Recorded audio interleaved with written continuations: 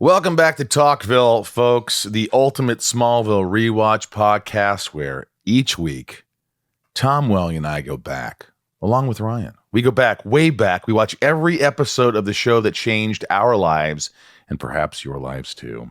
Whether you like it or not. Whether you like it or not. And we discuss it with you.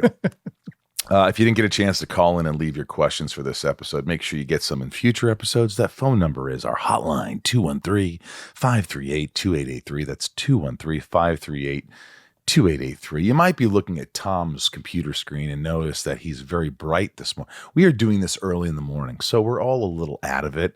So maybe we'll even be more forthcoming, more honest. The excuses already coming out. It looks like orbs are just flying around you. Maybe it's just... Oh, I see that. Yeah, it's kind of creepy. Yeah. It's Mercury's in retrograde or something. Did you see that? I saw that, yeah. Yeah, that's what I've been seeing. Listen, our socials are, please follow us, write a review. It's very important, especially with a new show, for you to write reviews, follow us on our handles, and support us the best you can. Ryan reads them all. Yep. What? Oh, yeah, he does. He does. Ryan he will read all those comments. I do get tweeted at now. Yeah. Yeah, good. We're all getting tweeted at. At Talkville Podcast on Facebook, Instagram, YouTube, and TikTok. And at Talkville Pod on the Twitter.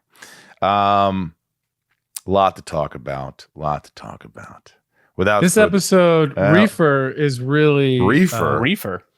I like that. Hey, man, this next episode is called Reefer. All right, without further ado, let's get into Season 1, Episode 17.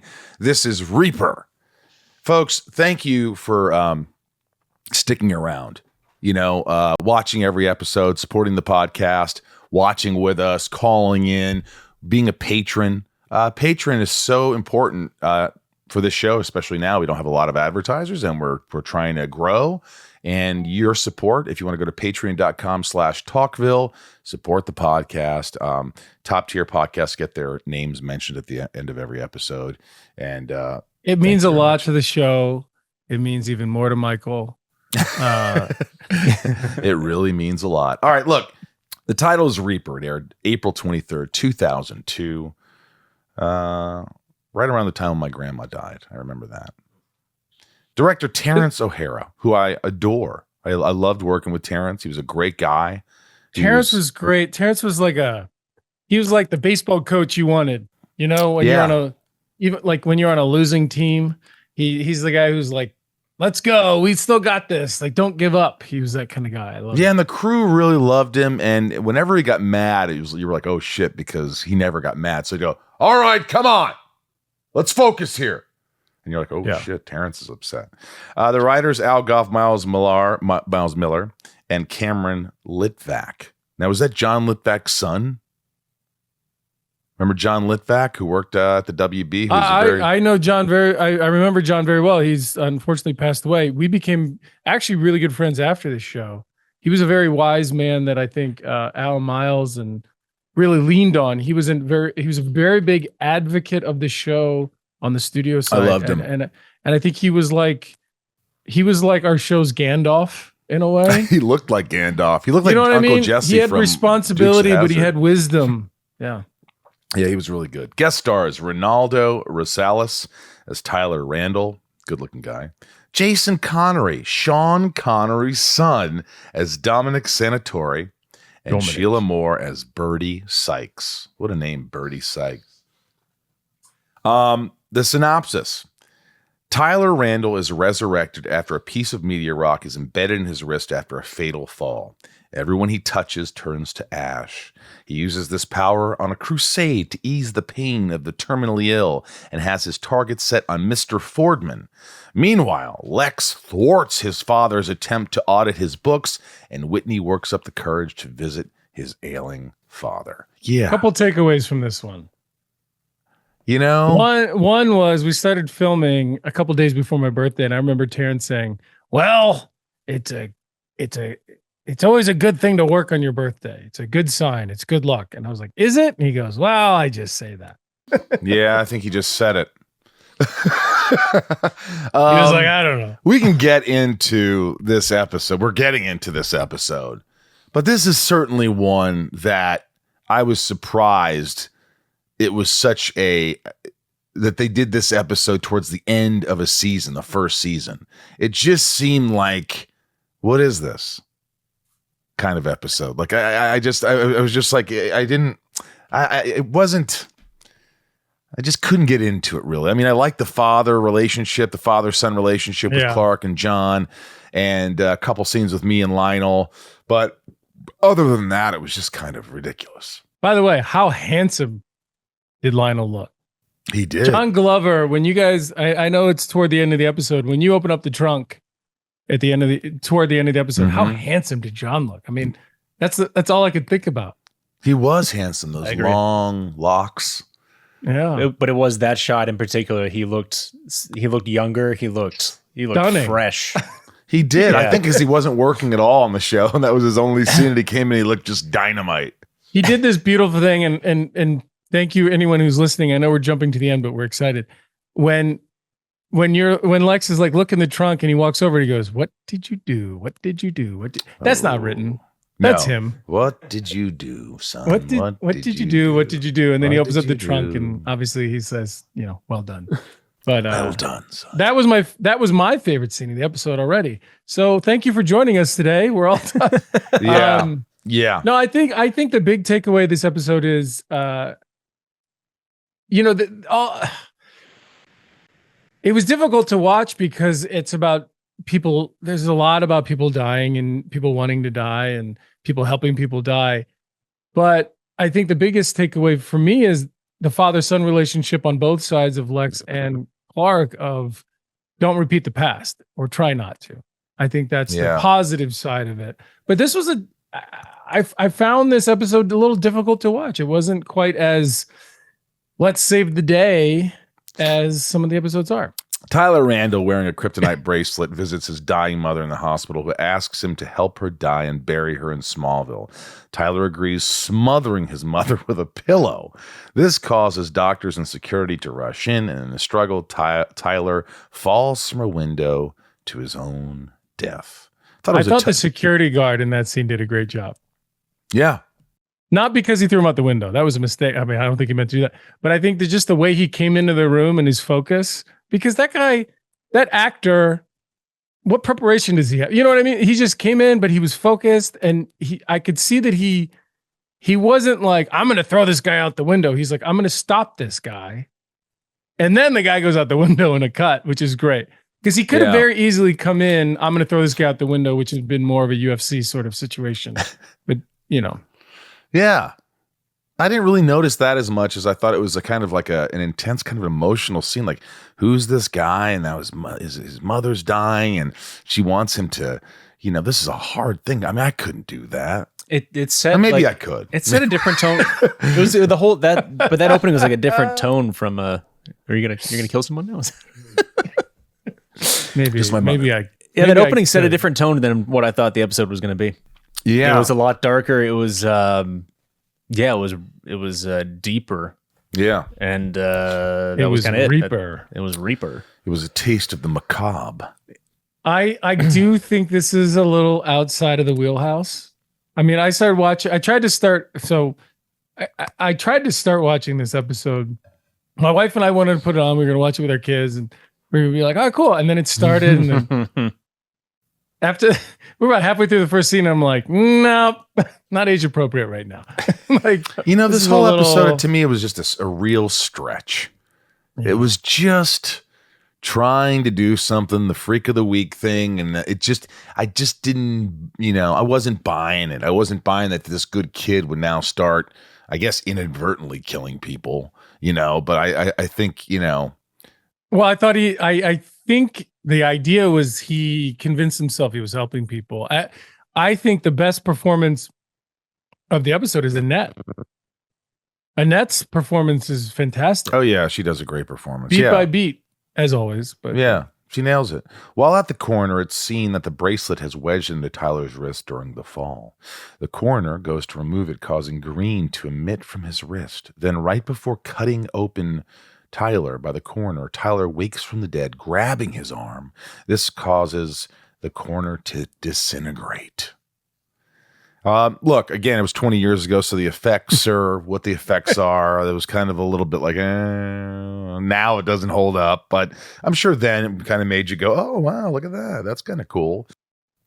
Back in Smallville, Martha and Clark meet the new volunteer at the mobile meal service for the lonely elderly. The new volunteer is Tyler. The three go to visit Mrs. Sykes, who is in pain, and Tyler promises to come back the next day with more flowers as a gift. I believe he promised her she wanted a rose. Well, real quick, I just going back to Annette. I think that scene outside with, Clark is a little reluctant to go in there because he doesn't think can offer anything, and Annette has this great line. Martha has this great line where she says, "You're not saving them from dying; you're saving them from being loneliness. lonely, from loneliness." And I thought that was well written. That was I do too, because I think that's I talk to my grandma all the time, and she's 94, and the big issue is her loneliness, her spending a lot of time alone watching Wheel of Fortune, and and now she has this friend, Nadine, at the assisted living, and she loves Nadine, and Nadine can drive still. She's 10 years younger, and they hang out and they play poker. Oh, cool. And it makes me really happy because it's like, what can you do? And as a younger guy, well, you just sent me a video. I think it was yesterday on Instagram. You forwarded me a video about the guy who randomly walks up to the old guy on the street and says, "You want to come to Disney World with me?" Oh man, that's touching, isn't it? And that guy, made his life. He's like, "You don't know what this means to me." And so many things came through my mind of like, he's thinking about his parents. He's thinking about his kids. He's thinking about his brother. So much is going through that man's emotional state. And I think that, I think we've gotten off the episode a little bit right here, but I think it's just beautiful. I think it's what your grandmother's found is amazing. Yeah. And he says something like, I thought my life was over. That's what the old man says. And a lot of times that's what they think. They think, hey, everybody has their life. They're all young people. They're living their life. And I'm at the end of mine, and no one really cares. And should they even care? And it's like you kind of give up. That's, I think, how people die fast sooner, because they're just kind of giving up. So at the Luther Mansion, Dominic, Sean Connery's son, surprises Lex to let him know Lionel is disappointed after an audit caught some accounting irregularities with Lex's business handlings. Lex runs into Clark at the town, and the two talk about the differences in their father-son bonding fishing trips. Lex then offers Clark 2 box seats to the next Metropolis Sharks football game. At the Talon, Lana receives a call learning that Whitney's dad had another heart attack. Lana and Clark go to visit him and learn Whitney hasn't checked on him yet. Was that the scene where where Whitney's playing basketball? I think that comes later. I'm happy to talk about that scene as well, but I think that scene comes later in the episode, unless I'm wrong, right? Yeah, no, you're right. Yeah, I think you are right. You are right. Back at the farm, Jonathan is questioned by Dominic on why Lex has been spending so much time and money researching the crash involving Clark. Jonathan plays dumb to Dominic, but is upset that Lex is prying. Later that night, Jonathan is dismissive of the invite to the football game from Clark and instead warns him that Lex has been looking into the crash more. Clark tells him he already knows that, and Jonathan is upset that he wasn't aware and able to protect Clark and his secrets. This leads to Clark blowing up at his father in a very angsty teenage way. Yeah. I thought it was a little out of the blue for Clark. I thought it was a good scene, but it was like, holy shit, why is he being so mean to his dad? Why is he being a teenager? I guess that's what you were doing. I guess that's what you were doing. Yeah. I recall that. I do recall that scene. At the time we were filming this, I was a little bit older than what Clark was.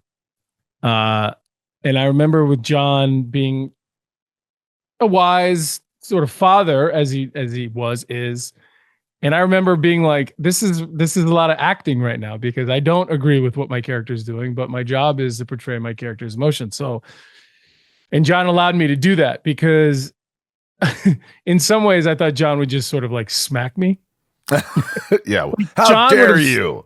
John would have smacked Tom, but Jonathan would not do that to Clark. So You know what I mean? Yeah, you know what I mean? If I'd come up to set and been like that, acting like that, John would have been like, "What are you doing? What are you doing?" So there was a lot of performance in that.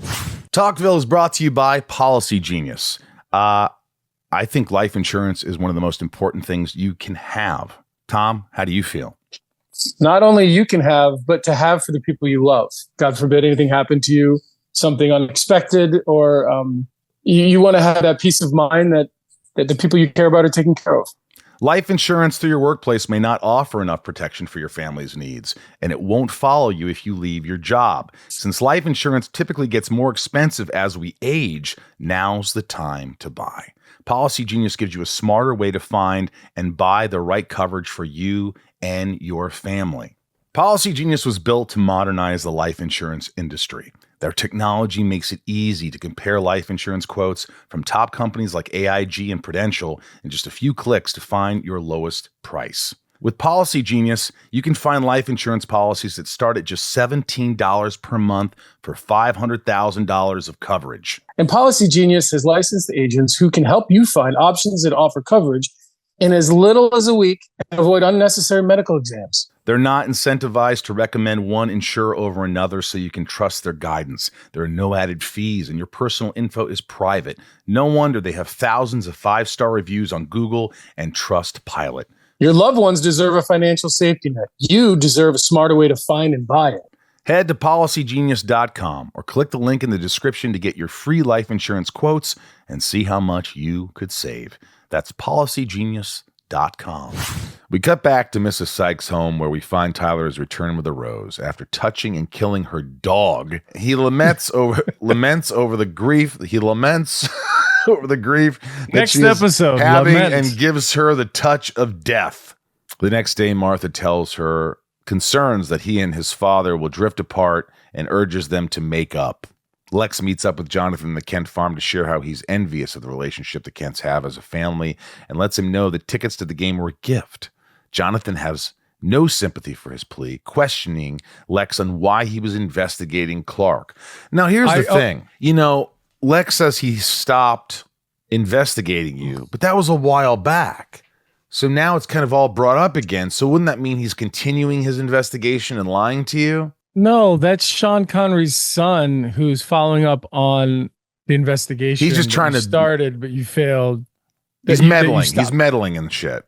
He's meddling, yes.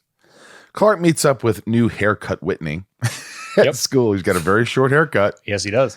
At school, and the two discuss Whitney's internal conflict on avoiding seeing his father in that state. Is that the basketball scene? Because he wants to keep the memory of him being the strongest man he knew. Clark ends the conversation by saying he'd take the man over the memory. And there's little Blanche. Look, this is little Blanche. Come here, Blanche. Hey, Blanche. How are you, Blanche? Good to see you, Blanche. I like that basketball scene. I like to play basketball. I played basketball growing up. I like, every time I see a basketball or a football, I tend to pick it up and want to shoot or throw or this and that. And in that scene, Clark really wasn't allowed to. And I remember, that's what I remember about that scene, is that I wasn't allowed to shoot. And that I was watching him shoot and being like, I just want to rebound and like dunk it or something. Yeah, you don't give a shit what he's saying is what you're telling me. Just like, he's unloading about his dead dad or his dying dad. Shoot! And then you just dunk on him. Like, I don't know. Yeah, just... By the way, have you ever noticed that Clark is always like going to talk with Whitney, and Whitney, they're not friends, and yet he always opens up to Clark and tells him these things. He just doesn't like him. He knows he's always like talking to Lana, is in love with Lana, but he for some reason, he's going to open up to Clark and tell him things that he never tells Lana. I tell you what, there's a joke in there. There's something between the three of them. There's a joke in there somewhere. There is. Clark, can you go talk to my boyfriend? Clark, can you go talk to my girlfriend? It's like, yeah, you're the gay best friend.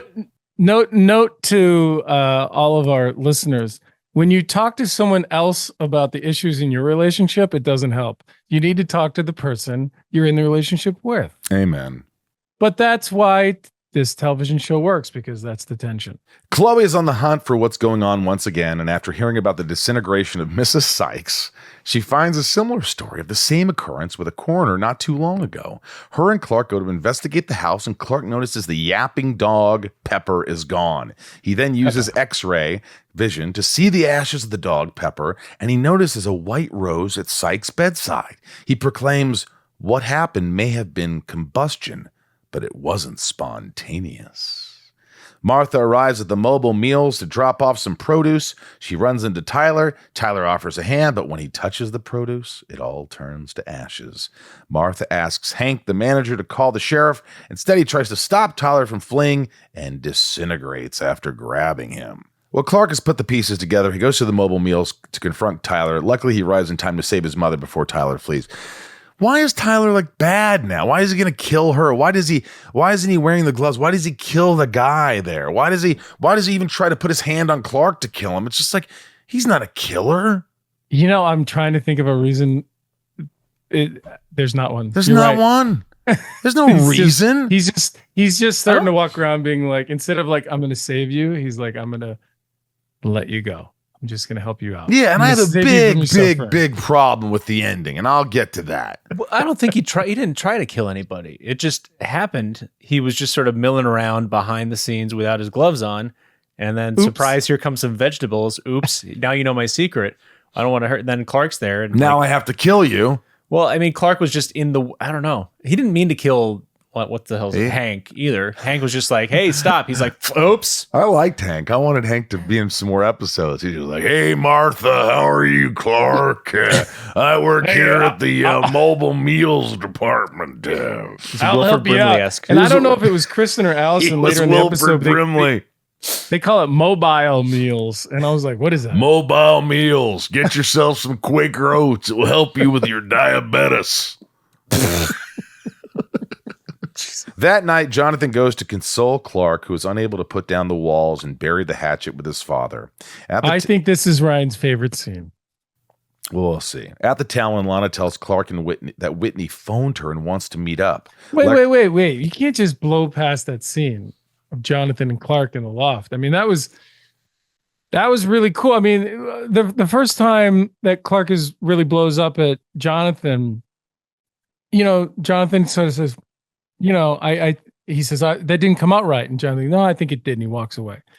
And then he comes back up to the loft, sort of an olive branch. I think this is a lot of character building between the two. And I think it's very difficult, I think, in these situations for a parent to talk to their child. And I think that's a very big scene. That's why I think it's Ryan's favorite. You know what? I didn't think about that, but it is. I think a lot of parents have trouble talking to their kids. And they think, oh, you know, it will pass over. I think that, like, if my father would have ever talked to you, had ever just talked to me and said, hey, I want to sit down and talk to you, and I know you're having a tough time, but let's talk about this. Or I just want you to know I love you. Your mother and I love you. I mean, these are these never happen. And I'm here to listen. Life would have been so different. It really helps your kids if you could just get to their level and just say, hey, I know you're a teenager. I know you're figuring stuff out, but I'm here for you. I just want you to know I'm proud of you. These little things in the developmental stages of a child are tremendous. And if you don't give that to them, you're looking to be lambasted later in life. I mean, we talk, you know, on your other podcast, you and I have talked, and we talked about this too, about therapy. A lot of therapy is just having someone to hear you. Yeah. Listen. You know, just listen. I mean, I agree, Tom. I thought that was a good scene. It was. Thank you. You could feel the tension between like, oh, we got to talk, but we're not going to do it, and that felt very real. Yeah, and very easily, and kudos to Schneider that he very easily. There's a point where he turns to walk away. He could have very easily been like, bah, you know what I mean? Like, damn it, I tried, this damn kid, but he didn't. You could see that he looks sad. Like, you know? He looks sad. Yeah. At the Talon, Lana tells Clark and Whitney that Whitney phoned her and wants to meet up. Lex comes in and tells Clark that he's rescinding the tickets and thinks he should spend quality time fishing with his father. Well, and she did say phoned. Is that no one in America says phoned? that a Canada slip up? She said phoned. Well, he phoned me last night. No, Whitney phoned. I've heard it before, especially back then. Called me. She would say called. Clark phoned me. All right. Lana meets up with Well, Whitney. I think it was really cool that they wrote the episode where Lex shows up and says, "I'm rescinding it." And I like the way that you played it, where it was just, it wasn't like apologetic. It was just, this is what's happening. You know what I mean? It was very just real, which allowed Clark to kind of understand that it was calm and true, as opposed to like, trying to, Lex wasn't trying to control Clark's relationship. He was controlling his own choices. And I thought that was cool. Lana meets up with Whitney to talk about his dying father at the gravesite of her dead father. For some reason, freezing cold temperatures. They'll meet there. The two share an embrace, and she encourages him to go see his father. Then she's like, he's like, "Hey, you want me to walk you back?" She's like, No, I'm going to stay here and be alone. Lana runs into Tyler when leaving the gravesite, who tells her he doesn't want to hurt anyone else. Does anybody know why Tyler was there? No clue. Is he just he's just taking a shortcut on his way home? Why is Tyler there? So I assumed it was because he was there to visit the grave of his dead mother, who's not dead. She's not dead. So he's like, "Where's the grave?" He's confused. Like I is just watching. I'm going to say this is the word. It's too convenient. Or is he just sort of like, I killed people. I think he was taking a shortcut on the way home. Just cut through the graveyard. Yeah, I don't buy it. Everybody in Smallville knows this. It's the shortcut. Yeah, cut. It's right in the middle of town, right? Yeah. Just cut through it. That's the cut through. Apparently, Tyler overheard the conversation with Whitney and tells her he can help with the pain Whitney's dad is going through. And then he super speeds out of there somehow. Back at Luthor Mansion, Lex gives another history lesson of how the Persians dealt with their enemies before, hinting that he spiked Dominic's drink. That was kind of neat. It was kind of like going, "Hey, we're seeing a darker side of Lex." It was the first like evil thing that I think he did. Yeah, he was like, "Yeah, you're gonna mess with me? No one messes with me." Yeah, I kind of like. I like the way that you established that you were an adversary now. Mm-hmm. Yep. As Chloe continues to investigate, they find out Tyler's mother actually didn't die, and they assume the mix of painkillers and meteor rock is causing the deathly touch, and this is why not all dead people are getting resurrected. Whitney arrives to visit his father and finds Tyler waiting in the hospital. Tyler throws Whitney into a sink, knocking him out. As Tyler goes to give Mr. Fordman the touch of death, Clark arrives to stop Tyler. Clark tells Tyler that he's taking away people's last moments, and his mission isn't as noble as he thinks it is. He also reveals that Tyler's mother didn't pass. Tyler goes to see his mom and is horrified with the idea that he has been unjustly killing people, so he decides to put his hands together and off himself. Is that count toward the save count, do you think? What do you mean, save count? Well, there's save and death count. So did he save died. himself He died. from killing other? So that's a death. He killed himself. He offed himself. But you know what? He didn't need to. In all this time, how do you not touch your hands together? I mean, did he not shower? Did he not shower? And did he know that he couldn't touch himself? This is the first time he's touched himself. I mean, did this? You never know. Sometimes these episodes really take place within like 10 hours or 12 hours. Maybe but I usually let shit go. I'm like, all right, I'll let that go. This was just, it was hard to, it was hard to let go. Well, it wasn't that long. It probably was like less than 2 days, this whole thing. All right. So he didn't shower and he didn't touch himself. I know it took 12 days to shoot it because it took 12 days to shoot all of them. Lex meets up with his father to confront him on having Dominic look into the funds he's been spending. Lex tells Lionel that he's afraid he won't be needed anymore. Lionel tells him, "You will always need me, son."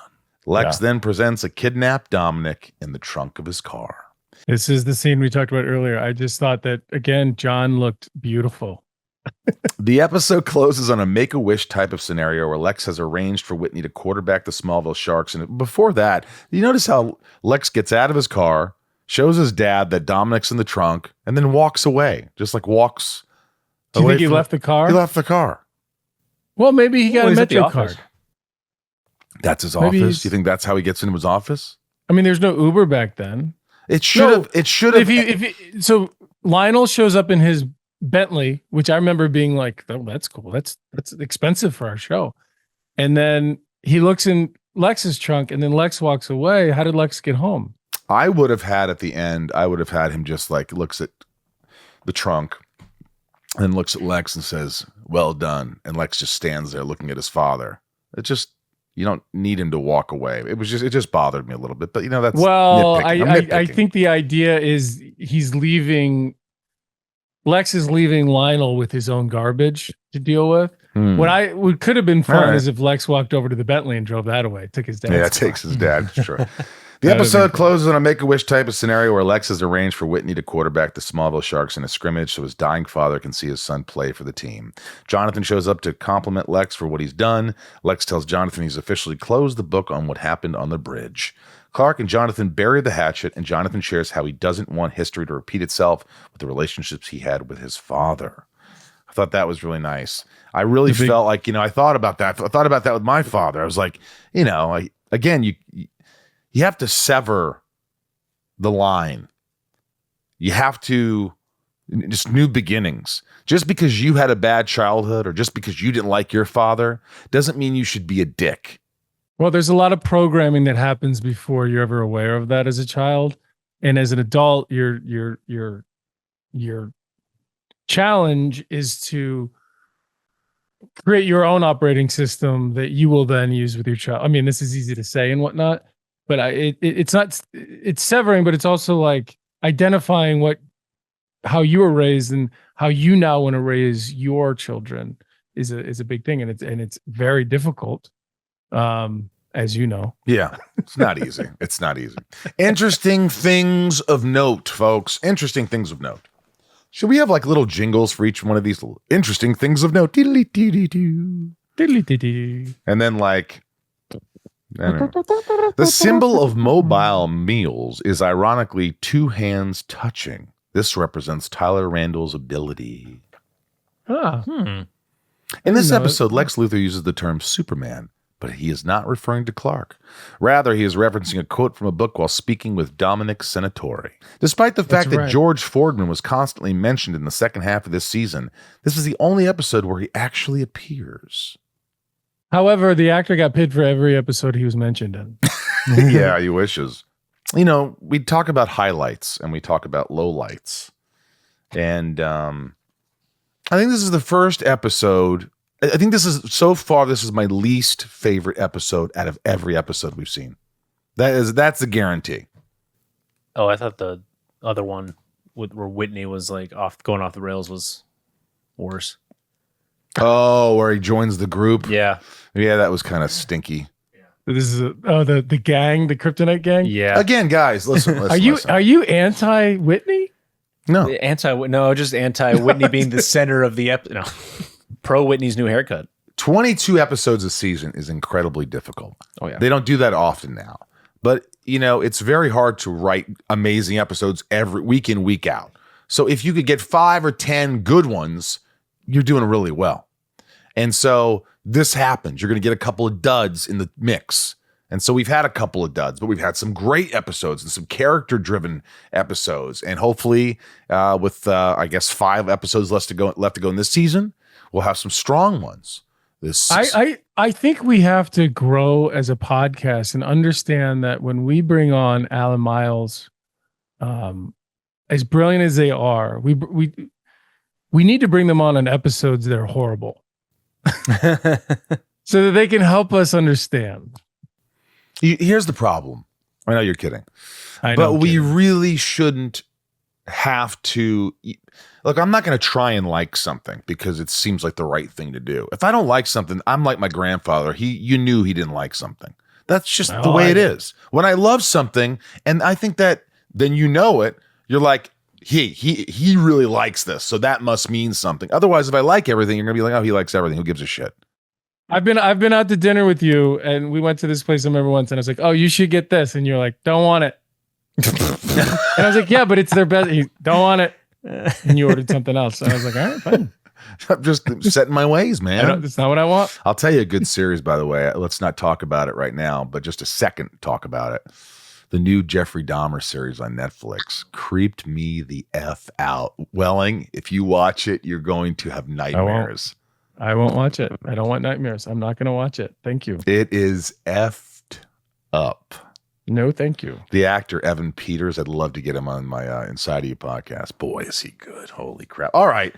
I think it's time now for questions. The hotline, folks. It's the hotline. We're going to talk to some patron. You get the patron privilege. These first two questions from Michael P. and Raj are from patrons, those guys who support the podcast. Patreon.com/talkville. Join and support the podcast more. Help us out. Here we go. Michael P.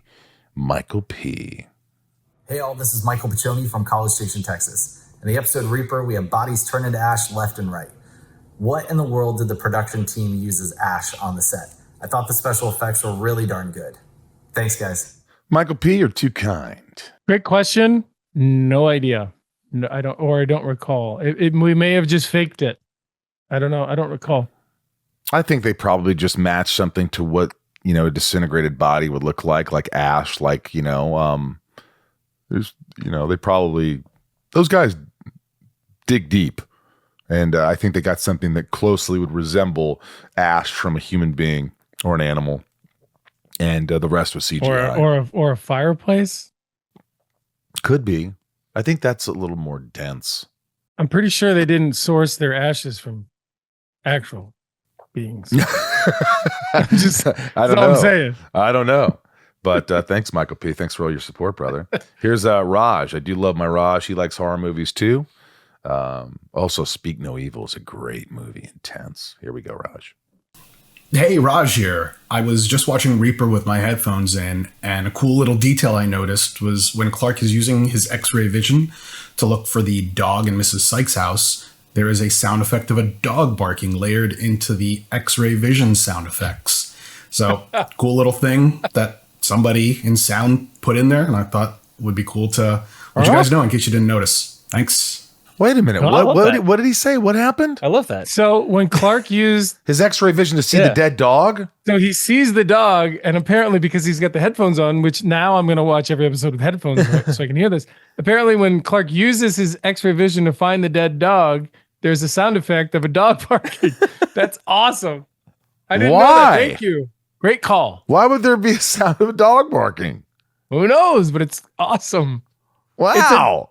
That was not even alive. It's just a heads up. But I missed that. But I'm gonna wear headphones from now on. All right, here's our next having some fun with it. Next listener, I love it. Kids. Next listener. Here we go. Hi, my name's Imogen. I'm calling from Adelaide, Australia. The episode Reaper. So in one of the scenes, Lex is talking to Clark about a trip to South Australia, which is where I'm from. And throughout the time of my brother and I watching Smallville, we've noticed quite a few South Australia references. For example, the Crows, which is quite a big team in Australia in Adelaide Football League, Australian Football League.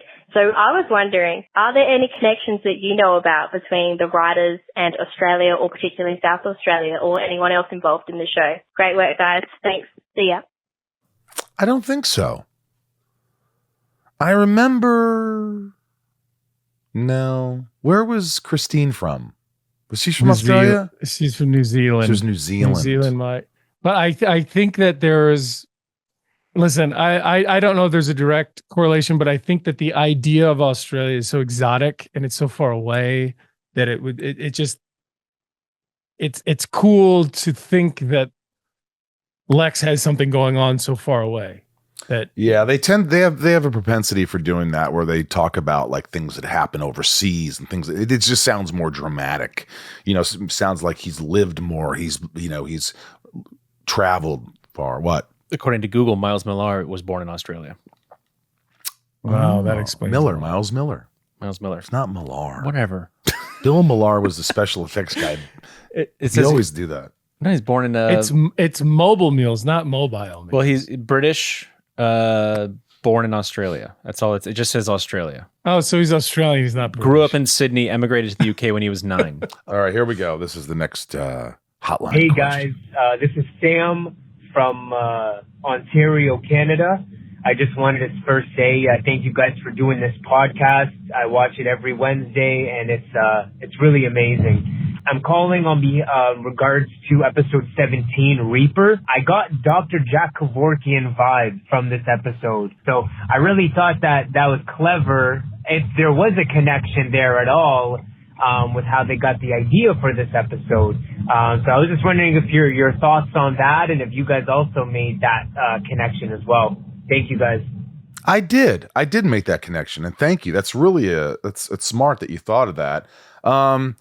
It's always been a big, a topic that is people on both sides have points, right? It's not your, you don't have the power to take someone else's life. That is not your doing. You're not, but at the same time, it's a noble thing to help people who are in pain, who don't want to live anymore, to give them peace.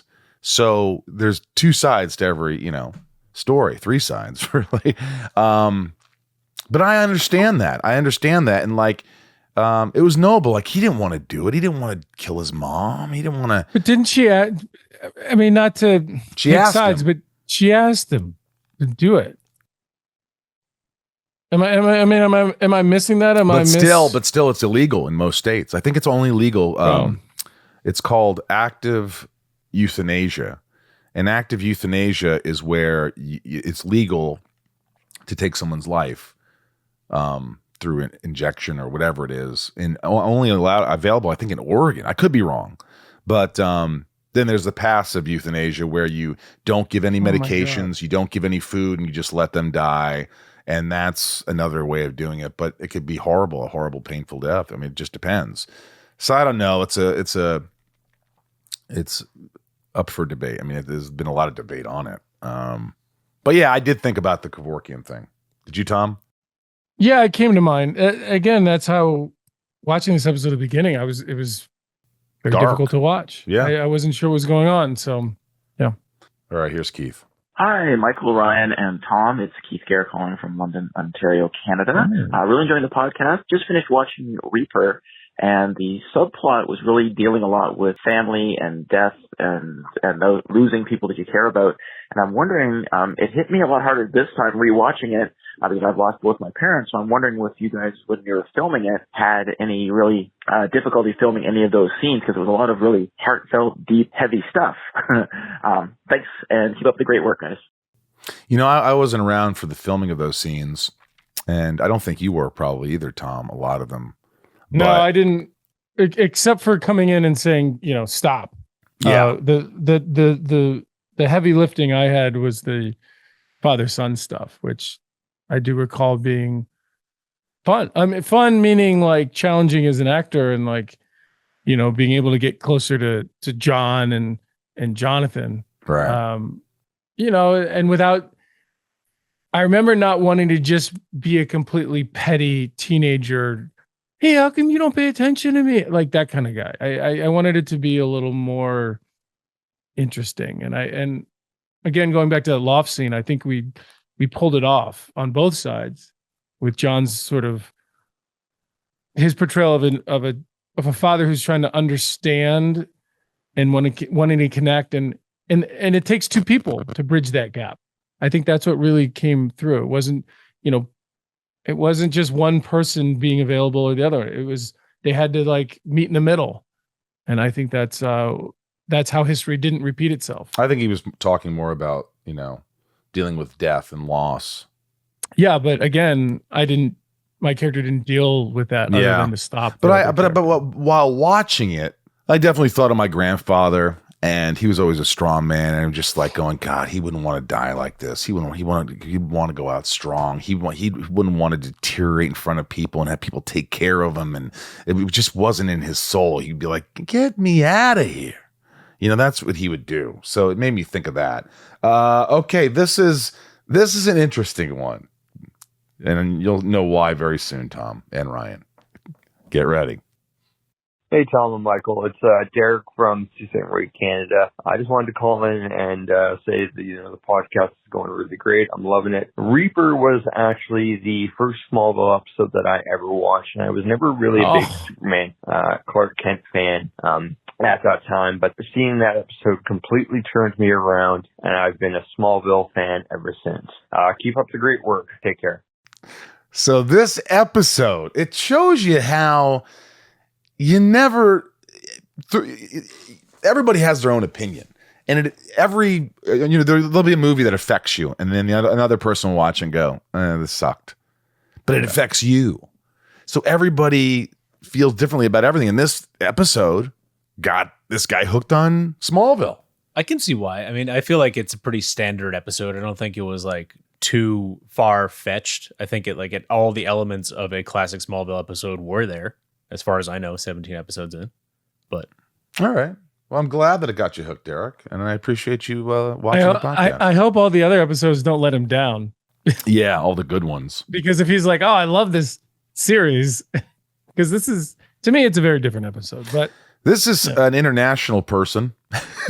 This is Sam Sirius. Not a question, just a funny thing to point out. This episode features the phrase "my father" 18 times. Did he count? I guess he counted. So many times. So many times in this episode. You heard that too? Yes. My father. You could play a drinking game to this one and you would be floored. 18 times my father. Lex said it 18 times? My father. So. Everybody. Father. I'm so glad he counted because nobody said my dad. Clark said dad. He didn't say father. Lex always said father. Just the amount of times that Lex said my father in this episode was notable. I thought. I'm glad someone found it. All right. The Rosenbaum rating. By the way, thank you guys for calling in on the hotline. I appreciate it. It's awesome. Rosenbaum rating. Let's start out with Ryan. 1. You're going to give it 1 rose? Give it a rose. Sorry, you guys gave the last one 2. I'm going to go 0 roses. You're going to give it a heater. Yeah, I think it's a heater. I don't think anybody needs to watch this episode. Or if they do, I mean, God bless the gentleman who called in. I hope all the episodes are better than this one. So enjoy. Yeah, guys, I'm sorry. This is going to be my first bomb of the series. Episode 17 will be Rosenbaum's first bomb.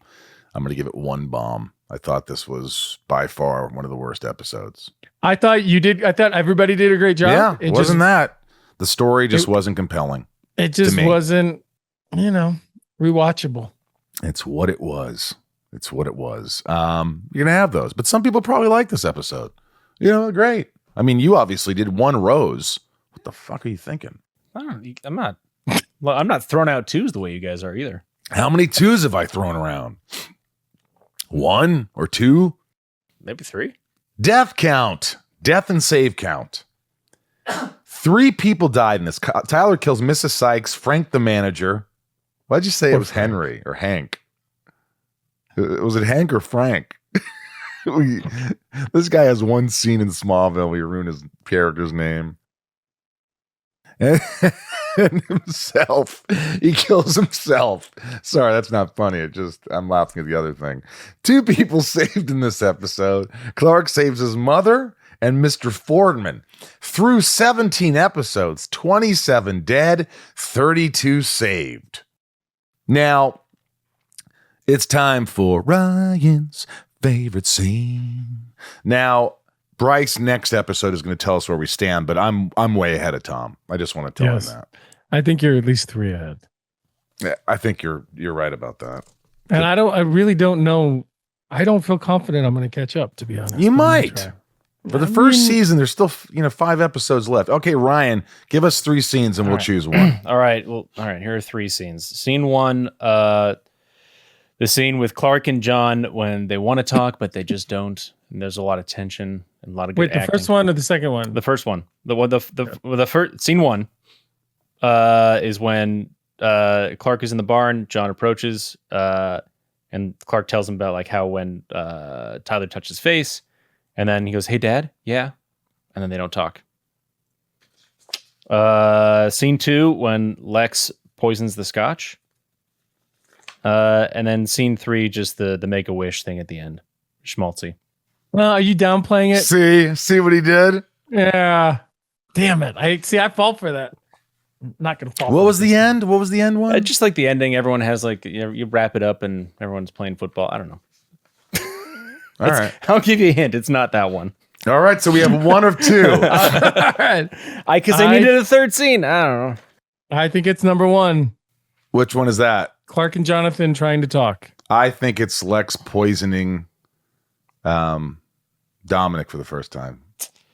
Tom wins this round. Whoa! Boom. I'm on. Don't call it a comeback. Really? It was good. No doubt. I found it compelling. I mean, the performances were just better in that scene than the other ones. Mm-hmm. Interesting. Well, even a blind squirrel finds a nut every once in a while. Is that how it goes? I think so. Well, there you have it, guys. I hope you enjoyed today's episode. We dissected pretty well. I'm enjoying it so far. It's like, you're going to have some bad ones, and then when you have the good ones, it's exciting. It's kind of like fun to talk about. But this was even fun to talk about because you had to find some good qualities of it. I thought the guest stars did a great job. I think Tyler was really handsome. CW handsome. I wonder, where is Tyler now? Can you look real quick, Ryan?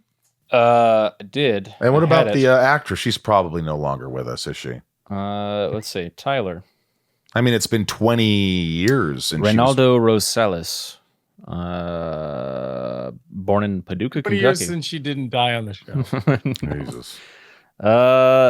Hasn't been up to much the last decade. Okay, that's all right. That was kind of... What about the woman? Hey, just like you and me. Yeah, exactly. We're doing a podcast. The woman who, Miss Sykes, or... right? Yep. Sheila Moore, still alive, born 1938. Wow. She was in the original It. 62, 72, 80. She's only 84. So she was, wait a minute. Oh, she's not acting anymore, though. She was only 64 when she shot that scene. What in God's name? She's an actress. She was 64 playing a woman who's on her deathbed. Well, you can die at 64. Well, you guys were mid-20s playing high schoolers. Well, I was mid-20s. Don't yell at me. I didn't cast me. Hey, so hey, this is funny. So just recently I was hanging out with the Lucifer cast and we did a panel at a convention. And obviously the talk is about Lucifer. And somebody brought up a Smallville question, and Tom Ellis, obviously who plays Lucifer, on the panel Tom, what's Smallville? And I go, oh, it's a show about Lex Luthor and his high school friends. Yeah. Oh my God. I did. It was funny. Did you mention the podcast? Of course I did. Oh, good for you. You're a good man. I almost wore by the way, I got my merch. I should have worn it today, but we got some cool t-shirts and stuff. It'll be fun. Yeah. I guess that's it for this episode, guys. Stick around next week as we'll be back with episode 18, Drone. It sounds... I don't remember Drone. Me neither, but it doesn't... Doesn't I bet it's not about a drone that flies around and take pictures. No. It's not that. Wonder if it's about the drone bumblebees that are like... Probably, because it's his bee. It's about bees, I think. Oh. Well, then I guess I kind of remember it. Let's take the discussion online. Let us know your thoughts on the episode over on our socials at Talkville Podcast or at Talkville Pod. We really appreciate it. Write a review on Apple where you get your podcast. Subscribe and YouTube and everywhere else, and get everybody else to join. And also, if you want to join Patreon, patreon.com/Talkville. It really helps. And our store is online. I like the way you did the let's go out to the pool area. Let's go out to the pool area. Hold on. Let's call Bryce real quick. Let's call Bryce, see if he answers. Bryce is like, they're doing the podcast. This is the only time I have to myself. Yeah. They won't be calling me. Bryce, you're on the air right now on the podcast. Is the Smallville merch store available now? It sure freaking is. Thank you, Bryce. Where do the people find it? They can find it at shop.talkvillepodcast.com. That's shop.talkvillepodcast.com. And what kind of merch is there, Bryce? Talkville merch. Thank you, Bryce. You've been a real treat. Thanks for always hooking us up, buddy. I appreciate you. All right. Bye, guys. Later. That was Bryce, our wonderful producer who keeps us in line. We couldn't do this without him. That's for damn sure. And really quick. All right, guys, that's it. Let's take the discussion online. As I said, if you want to let us know your thoughts, For other episodes, questions on the hotline for season 1, leave a voicemail at 213-538-2883. We love you. And always hold on to Smallville. Tom, Ryan, good to see you guys. Thanks for having me, guys. See you guys. Hey, folks, it's me, Michael Rosenbaum, and Tom Welling here. And we just want to say, look, we're doing some cool rankings as we close out season 1. So be sure to head over to our site at talkvillepodcast.com to get involved and cast your votes. We need you. Right now, we're going to do the shout-outs, top-tier shout-outs to our patrons. Without you guys, where would we be? We'd be nowhere. Please join Patreon and support the podcast. Go to patreon.com/talkville, and you really help us out. So, Tommy, take it away. Read some shout-outs here, buddy, with enthusiasm. All right. Nikki G, Leanne P, Raj C, Janine R, Santiago M, Leah S, Little Lisa, Tom T, Sophie M, BetsyD, Liliana A, which I mess up every time. You did it right. Abhi P, Chris F, Kimberly E, Michael H, and Rae H. That's Harada. Karen M, Danielle B, 99 more, Leilani N, Catherine P, Brett G, Super Sam, always hold on to Smallville, Jeff E, Estevan G, DJ Kento T, Garrett W, Just JTR, Kimberly L, Teresa, Justin S, Tom N, Tony V, and Rodolfo V. And we got Jason W, Osama A, Nancy D, Brian G, Sarah W, Megan H, Artoon K, Justin T, and Lucy O, Grape Jelly 817, Jeremy G, Amanda R, Teddy 127, Michael P, Theo M, Ryan R, Grumpyitis, Jordan M, Hillary B, The Blur with a 3, Craig G, Christy R, Pollyann, Karen P, Derek G, Jarell, Richard S, Heather and Greg, Nico P, and Chase and Ramona. My goodness. Brian H, Jason M, Georgina B, Eric K, Kevin E, Craig, Ashley Ryan, Nanine W, Stephanie K, Aaron K, Darth Achilles. All right. Richard R, Finky, Kenny S, Sydney S, Tito D, Mickey, Stephen F, Greg T, Deadvid, I'm not that right. Deadvid, Allison H, General Zod, Warren N, Amara E, Theodore, It's_Kitty, Craig, Crack, Kraic, Drew M, Connor M, Nathan, Nick W, and Araceli's R. Wow, well done. Is that Araceli's? Not R. Kelly, but Araceli's? Araceli's R? Regardless, we love you. We couldn't do this podcast without you. We're having a ball. We hope you're having fun too. And Tommy, good to see you. We'll see you guys next time. Take care. Not R. Kelly.